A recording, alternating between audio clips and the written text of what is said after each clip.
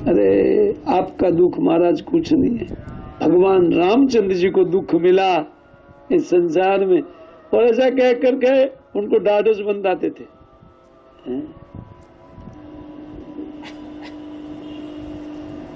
लेकिन इतना आतिथ्य करने वाले कि एक दिन अतिथि के रूप में उन अतिथि ने दुख में डाल दिया। देखिए इतना आतिथ्य करने वाले थे। एक दिन दुर्वासा को खुश कर लिया दुर्योधन, आगता सागता करके दुर्वासा जी को खुश कर लिया। दुर्वासा जी ने कहा अरे इतना स्वागत किया, मांगो मांगो क्या चाहिए। बोलते जिस प्रकार आप हमारे घर में भोजन पाए हैं उस प्रकार आप, और द्रौपदी खाने के बाद में आप जाइए पांडवों के पास, द्रौपदी जब खा लेगी तब जाइए, और उसी प्रकार उनके घर में प्रसाद पाइए। बस हमारा भाई आपके कृपा के बिना रह जाएगा, तो वो तो मरवाना चाहता था, वो जानता था कि तो बहुत क्रोधी व्यक्ति है। सबसे महाकष्ट यही था, बाकी सारे कष्ट इससे, क्योंकि ये ब्राह्मण का ब्रह्मदंड मिलने वाला था, जो सबसे बड़ा दंड माना जाता है क्षत्रिय के लिए, ब्रह्मदंड। युधिष्ठिर महाराज के पास जब दुर्वासा जी आए, भिक्षान देहि, भीम इधर उधर देखने लगे द्रौपदी की ओर, ऐसा किया भीम ने, बोले तो साफ करके रख दिया, वो बताया बर्तन साफ है। युधिष्ठिर महाराज को इशारा किया भीम ने, बोले कोई बात नहीं महाराज, आप स्नान करके आइए, तब तक हम लोग भोजन तैयार। बोला ठीक है ठीक है। दुर्वासा जी स्नान करने के लिए गए, और इधर चर्चा का विषय अब क्या किया जाएगा, और सामने ब्राह्मण का क्रोध। क्षत्रिय को किसी का डर नहीं लगता है, केवल ब्राह्मण के क्रोध से क्षत्रिय डरते हैं। नहीं, द्रौपदी बोल रही थी इन ब्राह्मण कुल का अवमान ना, उनके साथ से हमारा कुल जल करके छार हो जाएगा। तो डर था, भय। दुर्वासा जी वो जब स्नान करने के लिए इधर चर्चा कर रहे लोग, बोले विपत्ति, बड़ी विपत्ति, सबसे बड़ी विपत्ति यही है, क्या किया जाए क्या किया जाए। और किसी को कुछ नहीं सूझ रहा था। द्रौपदी ने बोला कि बस ये ऐसी विपत्ति में कृष्ण मदद कर सकते हैं। तो भगवान को पुकारा, भगवान तो तुरंत आ जाते हैं, तो उनकी सखी है। पुकारा, कृष्ण आ गए। बोले भूख लगा, बोला समस्या यही है, खाना ही नहीं है। एक तो भूखा स्नान करने के लिए गया है और दूसरे भूखे। बोले मजाक मत करो, मजाक बंद कर, मुझे इतना भूख लगा है, कुछ भी तेरे हाथ से खाना चाहिए मुझे, मजाक बंद कर। बोले मजाक नहीं कर रहे हूँ महाराज, बर्तन साफ करके रख दिया है, अभी उनमें से निकलने वाला नहीं है अगले टाइम तक। बोले देखो देखो कुछ न कुछ होगा तो देखो। एक कण चिटका हुआ था। बोले तुम मना क्यों कर रही, ये रहा ना इसमें कण। बोले तो काफी हो गया मेरे लिए। और भगवान ने जीभ पर दिया वो कण को, भगवान ने डकार दिया, थैंक यू वेरी मच, सबका पेट भर गया। दुर्वासा जी दुनिया में थे, वो लगे डकार देना। 10,000 शिष्यों के साथ आए थे और स्नान कर 10,000 शिष्य का पेट भर गया। वो एक दूसरे के सामने देखने लगे। और भगवान श्री कृष्ण ने बाद में कहा कि जाइए भीम को भेजो बुलाने के लिए। और भीम गदा मार करके वो बुलाने के लिए गए, और उधर सबका पेट फूल हो गया था। उस सब बोले अभी क्या खाएंगे, सबका पेट तो फूल हो गया है, खाएंगे क्या। तब तक भीम बोले आइए आइए सब लोग आइए, देर क्यों हो रही है, प्रसाद रेडी है। वो बोला भागो यहाँ से, नहीं तो कटिया खड़ा कर देगा। उनका इतना खाना 10,000 का खाना बिगड़ेगा। और ये है भीम। भीम तो एक साइड से पिटाई चालू करेगा, भागो यहाँ से। वो सब धोती लंगोटा लेकर के चलते बने। बहुत बड़ा कष्ट से बचा दिया गया थे। सबसे बड़ा कष्ट यही था, ब्रह्मदंड। इसी को याद करके बोल रहे। सबसे बड़े भय के उन वनवास के टाइम अनेक अनेक भय उत्पन्न हुआ था। वनवास के समय उन हिडिंब राक्षस जो आदमियों को खाने वाला था, उनसे भेंट हो गया था भीम का। भगवान की कृपा से उनका वध कर दिया। नाना प्रकार का कष्ट, खूब कष्ट आया।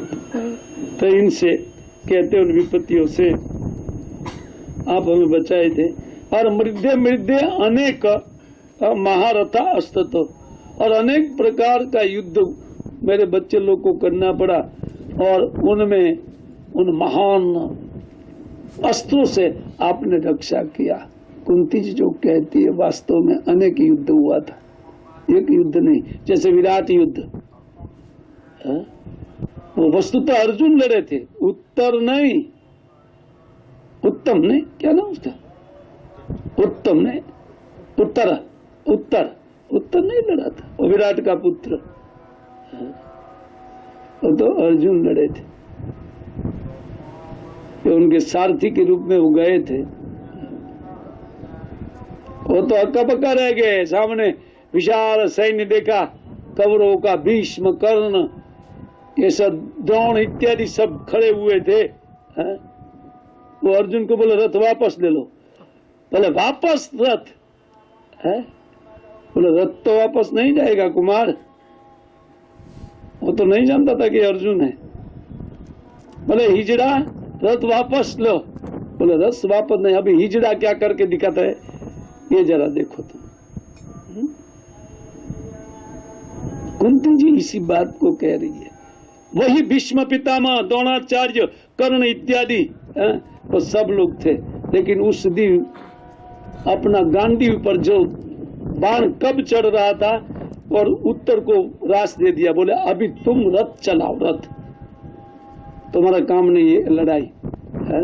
और अर्जुन जी लग गए उद्यम करने के लिए।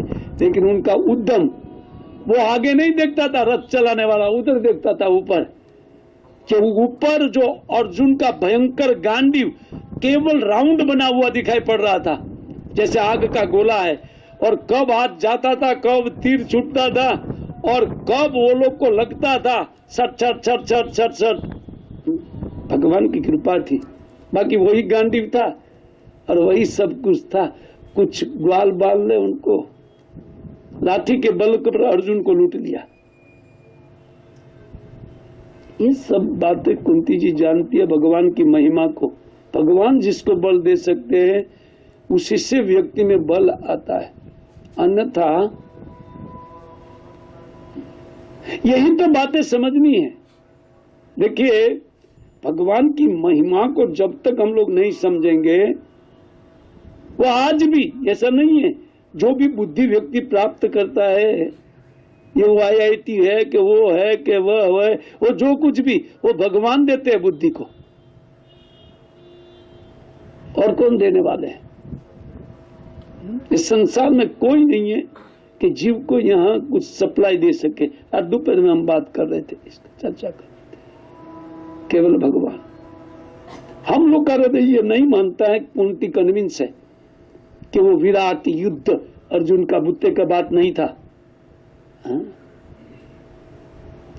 लेकिन अर्जुन ने सबको परास्त किया, यहां तक भीष्म को भी मूर्छित कर दिया। कर्ण तो भाग चला छोड़ करके विराट युद्ध को, क्योंकि इतनी मार पड़ रही थी कर्ण को। वो तो भाग चला। और कर्ण भी चकित था, इतना सुरवीर है अर्जुन। तब से उन्होंने ठान लिया था कि इसको मार करके मेरा ख्याति होगा। विराट के बाद इसको मार करके परम योद्धा के रूप में वो वो भी कुछ अपना स्वार्थ रखते थे। प्रत्येक व्यक्ति अपने अपने स्वार्थ से युद्ध में जुटे हुए थे। इतना बड़े योद्धा के साथ जब उनको मारूंगा मैं, इसलिए वो अस्त्र शक्ति प्राप्त किया था, वो शक्ति का उपयोग नहीं कर रहा था। लेकिन भगवान भगवान है, एक दिन ऐसा विपत्ति ला दिया और उन हिडिंबासुर के पुत्र को, कठोर गच्छ को ला दिया युद्ध में। और दुर्योधन को आखिर कहना पड़ा, बोले एक शक्ति है, ये अर्जुन के लिए रखा है। बोले हम लोग मर जाने के बाद क्या शक्ति का उपयोग है, पहले इसको मारो। अब उनको गिरा। देखिए भगवान सभी, कर्ण ने फिर भी एक बार अपनी शक्ति का प्रयोग कर दिया था। भगवान ने रथ को भीतर घुसा दिया, खटाक से ऊपर से तीर चला गया, अपना वेट बढ़ा करके। पग पग पर भगवान उनको बचाते थे, पग पग पर। इसको याद करके कुंती जी कहती है ना, मृदे मृदे अनेक महारथी अस्त्र, तो उन महारथियों के अनेक अनेक प्रकार के अस्त्र शस्त्र से आपने मेरे पुत्रों का, या आपने हमारा रक्षा किया।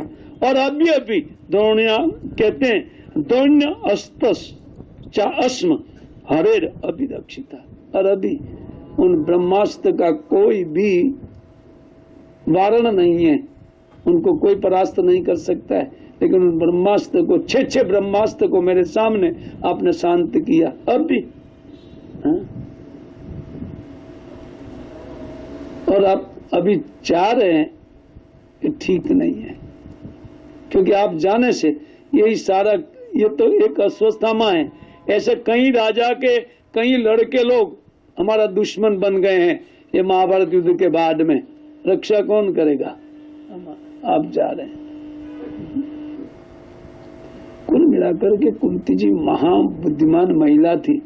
वो भगवान की संगति चाहती थी कि भगवान और रुके, हस्तिनापुर में द्वारिका न जाए। और भगवान रुक भी गए, रुक भी गए उनके कहने पर। वो रुक गए वापस।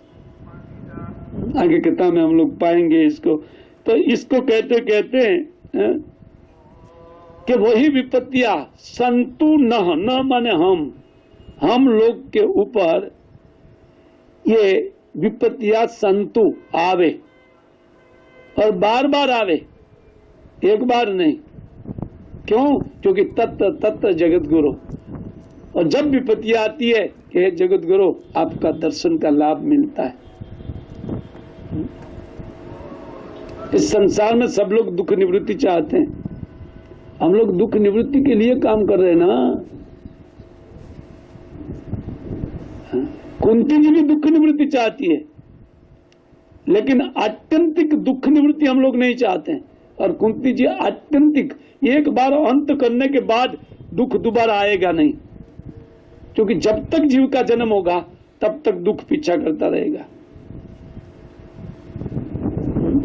इसलिए वो विपत्तियों को महासंपत्ति के रूप में देख रही है कि ये महासंपत्ति है हमारे लिए, विपत्तियां है।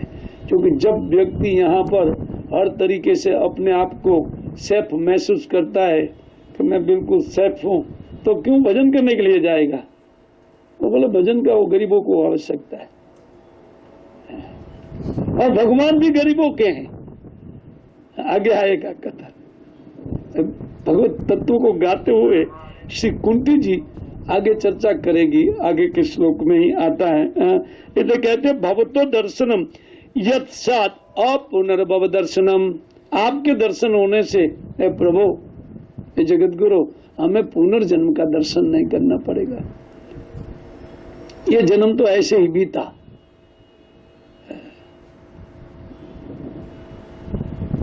ये तो निकल गया, अब और क्या। व्यक्ति को व्यवस्था करनी चाहिए। कुंती भी विपत्ति हटाना चाहती है, लेकिन विपत्ति हटाने के लिए वो विपत्ति मांग रही है, और हम संपत्ति मांग रहे हैं कृष्ण के पास। यह दीजिए, वह दीजिए।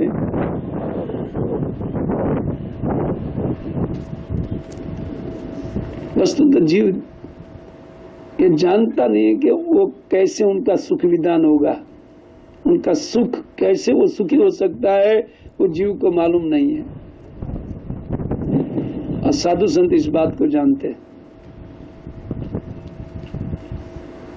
कि जीव को केवल भगवान दे दिया जाए, उसके सच्चिदानंद विग्रह का इस प्रकार उनका यशगान किया जाए कि जीव उनको सुनते हुए भगवान को ग्रहण करना चालू करे, उनका चित्त, उनका सारा व्याधि गायब हो जाएगा। यही चिकित्सा निदान है, शास्त्र का यही निदान है। यह भव रोग का निदान केवल कृष्ण कथा बताया गया है।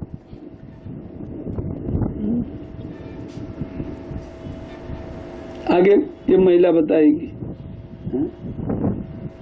ये सारी बातें अब उनके बाद में ये सारी बातें आएगी।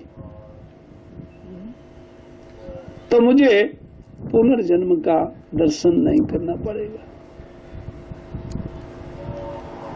और हम लोग तो जन्म जन्म का साथ मांगते कभी कभी इच्छा कर लेते हैं कि हमारा कहीं जन्म हो। वस्तुतः जीव सनातन है, जीव की इच्छा गलत नहीं है, वो ठीक है कि वो मरना नहीं चाहता है या मर करके भी जन्म चाहता है। क्यों? ना उनका स्वरूप है, ऐसे इच्छा नहीं उठती है, बट उनको मर मर करके जीना पड़ता है। और मृत्यु के बाद पूरा तबादला होता है, एक नया परिवार, एक नया संसार, और बुद्धि तो बिल्कुल डाउन रहती है।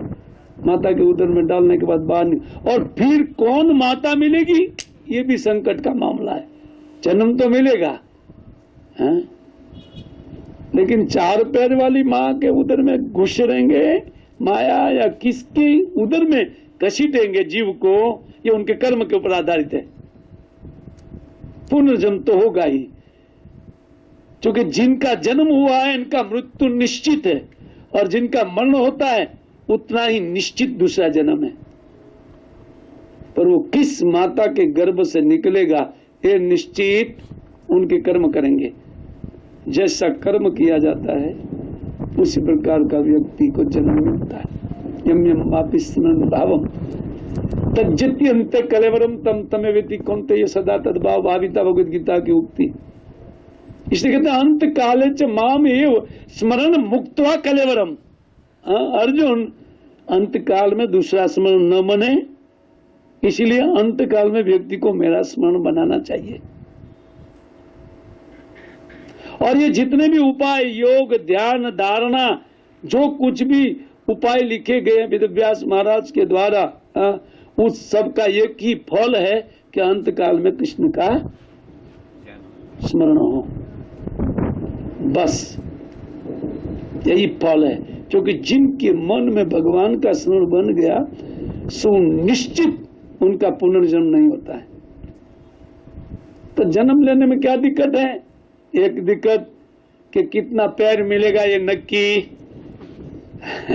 कि दो ही मिलेगा, ये बात नहीं है। अगर ऐसा होता था तो नो प्रॉब्लम।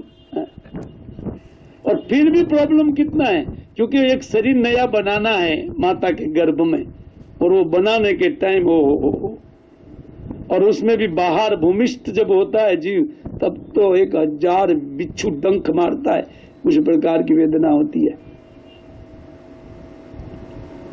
मां से 1000 गुना वेदना उस बालक को होती है। मां को क्या कष्ट है वो माता लोग जानती है, लेकिन बालक को उससे 1000 गुना कष्ट होता है।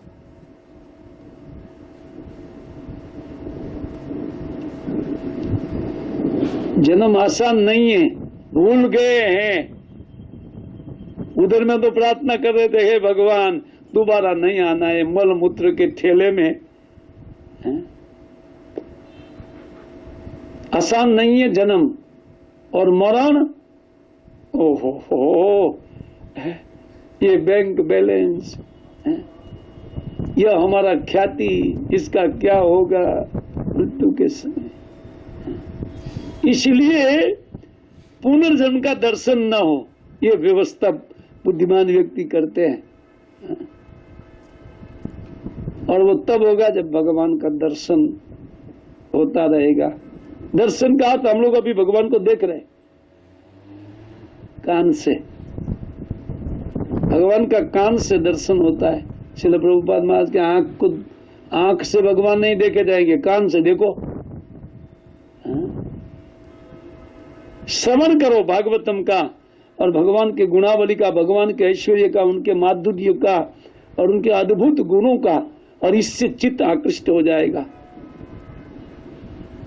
और तब भजन चलेगा और फिर भगवान में प्रेम निर्माण होगा। कोई व्यक्ति तब भी समस्या, अगर नहीं पूरा हुआ मर गए तो, भगवान भगवत गीता में तो का भी उत्तर दिया है। सुचिनाम सीमताम गेहे योग भ्रष्टो अभिजायते। बोले अर्जुन, जो व्यक्ति का पूरा नहीं होता है, कदाचित वो मर जाता है बीच में या किसी कारण से योग भ्रष्ट हो जाता है, तो पहले तो वो स्वर्ग जाता है। क्योंकि योग से भ्रष्ट कौन होता है? भोग में बुद्धि चली जाती है। तो भगवान बोले थर्ड क्लास भोग क्यों भोगे, स्वर्ग में पहले जाए और स्वर्ग में खूब 36,000 साल तक खूब सुख भोग करे। उनके बाद में सुचिनाम श्रीमताम गेहे, पवित्र कुल में जन्म। सुचिनाम का अर्थ भक्तों के घर में जन्म होगा उनका।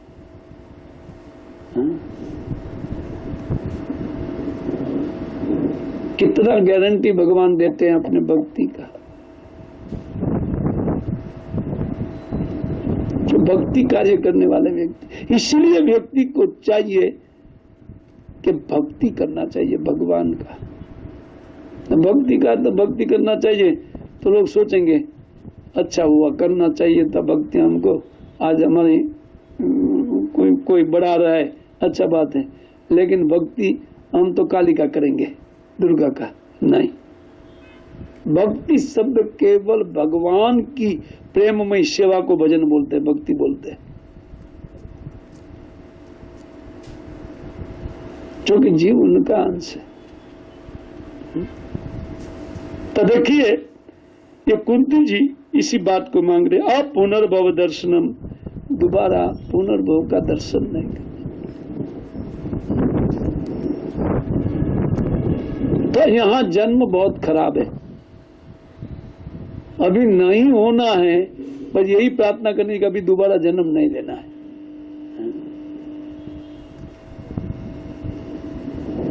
तो व्यवस्था यही है, भगवान का भजन किया जाए। क्योंकि जब तक भगवान का स्मरण होता रहेगा तो दोबारा जन्म भी लेना पड़ेगा, तो अद्भुत जन्म होगा, हम सोच भी नहीं सकते हैं। बड़े बड़े यज्ञ करके जो भी स्वर्ग नहीं जा सकते हैं लोग, कर्मी लोग, लेकिन वहीं पर भक्त आसानी के साथ कुछ भजन करने के बाद स्वर्ग जाएगा। अच्छा, जानते हैं ये क्यों इतना फैसिलिटी देते हैं भगवान? उन्होंने ऐसे मार्ग का चॉइस किया है संसार में। भगवान की भक्ति का चॉइस करने मात्र से भगवान खुश हो जाते हैं कि उन्होंने राइट व्यवसाय को प्राप्त किया। ये राइट है तो राइट को गिफ्ट मिलना चाहिए। राइट मार्ग पकड़ने वालों को भी इतना गिफ्ट है, तो पूरा करने के बाद तो क्या नहीं मिलेगा? उस मार्ग के ऊपर चल करके सिद्धि प्राप्त करने पर क्या नहीं मिलेगा? सोचिए आप, जब बीच रास्ते में स्वर्ग रखा है और बीच रास्ते में अपवर्ग रखा है, मुक्ति को, रास्ते के बीच में मुक्ति को रखा गया है। मुक्ति आकर के हाथ जोड़ के बोलेंगे कि आप थोड़ा हमारा सेवा, भक्त बोलेगा नहीं चाहिए, क्योंकि भुक्ति मुक्ति सिद्धि कामी सकल अशांत, ये सब अशांत है। जो भुक्ति चाहता है, भोग चाहते हो तो अशांत है ही, लेकिन मुक्ति चाहने वाले का चित्त भी अशांत रहता है। और सिद्धि जो कुछ भी चाहते हैं अशांति का कारण है। इससे सांसारिक कोई भी पदार्थ जीव को सुखी नहीं कर सकता है, केवल भगवान की भक्ति है। लेकिन निष्कर्ष निकलता है इस श्लोक का। अच्छा, अब कुंती जी उनकी एक विपरीत बात बोल रही है। और मान लीजिए भगवान कहे कि आप दुख अभी तक दुखी थी और अभी तो पूरे आपके पुत्र को पूरे विश्व के राजा बना, फिर भी आपको कुछ चाहिए तो बोलो। आप दुख क्यों मांग रही है? आपको कुछ चाहिए तो आप बोलो, मैं क्या दूं आपको क्या दूं? बोले नहीं, कुछ नहीं चाहिए सांसारिक पदार्थ। कहते हैं जन्म ऐश्वर्य सुत भीर यद मान मद कुमान नहीं वा और हत्य अभिधातुम वै त्वाम अकिंचन गोचर। बोले हे भगवान, इस संसार में ये जो जन्म, अच्छे कुल में जन्म, सुंदर शरीर और धन, विद्या इत्यादि व्यक्ति का अभिमान बढ़ाने वाला होता है। इसी के कारण अहंकार बढ़ता है और अहंकारी व्यक्ति कहते हैं आपका नाम, आपका पूजन नहीं, नाम तक नहीं ले सकते, पूजन का बात छोड़ दीजिए, नाम भी नहीं लेगा। जिनके पास भौतिक ऐश्वर्य है और नाम भी नहीं लेगा आपको, ये हिसाब है। इसलिए वो ये जगत की जो संपद है वो विपत्तियों का कारण बनती है, क्योंकि अहंकार के कारण व्यक्ति यहाँ क्या नहीं करता है। पावर आ जाता है, धन हाथ में आता है, जनवान होता है, धनवान होता है और फिर गलत से गलत कार्य करने में वो डरेगा नहीं। मैं बोले अभी क्या डर है, तुम्हारे पास सब कुछ है लेकिन भविष्य में कितना बड़ा नरक, लंबा चौड़ा नरक खींच करके उनको देखना पड़ेगा। और यह अहंकार का कारण है। जन्म ऐश्वर्य श्रुत श्री, श्रुत माना विद्या, बहुत ज्यादा विद्या जिनके पास अगर है तो उनकी विद्या का उनको बहुत घमंड रहता है, मैं बहुत ज्ञानी बन गया हूं, अभी कोई प्रॉब्लम नहीं होगा। और इसी से व्यक्ति भगवान से दूर जाता है। अहंकार ही भगवान को के पास से जीव को दूर करता है। जैसे कुंती जी कहते वो तो श्राप है, श्राप कौन चाहेगा? लेकिन यहाँ जाइए आप सनातन मंदिर में खड़े रहिए, सब लोग श्राप मांगते हैं, धनम देही जन्म देही विद्यान देही। विद्यार्थी लोग इसलिए जाते हैं, उनको मालूम नहीं कि वो श्राप मांग रहे, भगवान से आशीर्वाद नहीं। इसलिए मांगना नहीं आता है तो भगवान के पास मांगना नहीं चाहिए, ये बोलना चाहिए आपको जो अच्छा लगे वो दीजिए। हाँ, जिनको मालूम नहीं क्या मांगा जाए भगवान के पास, तो यही बोलना चाहिए कि आपको जो अच्छा, मेरे लिए ठीक जो समझते हैं अच्छा, वही आप हमको दीजिए। एक भी भगवान का भक्ति इसमें भागवतम में है, भगवान के पास कुछ 2-4 व्यक्ति को छोड़ करके दक्ष प्रजापति इत्यादि भगवान के पास कुछ नहीं मांगा, जगत का वस्तु नहीं मांगा।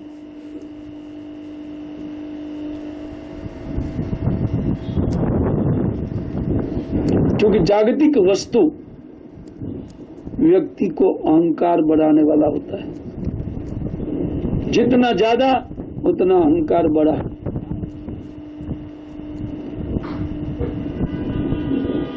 यहाँ बड़े बड़े पढ़े लिखे लोग आपके सामने देखेंगे भी नहीं, राम राम बोलेंगे, राम भी मुख से नहीं निकलेगा, रामी कहीं का, ऐसे सोचे। थर्ड क्लास व्यक्ति, वो जानता नहीं है किसको बुला रहा है और इसके साथ मैं क्यों बात करूंगा।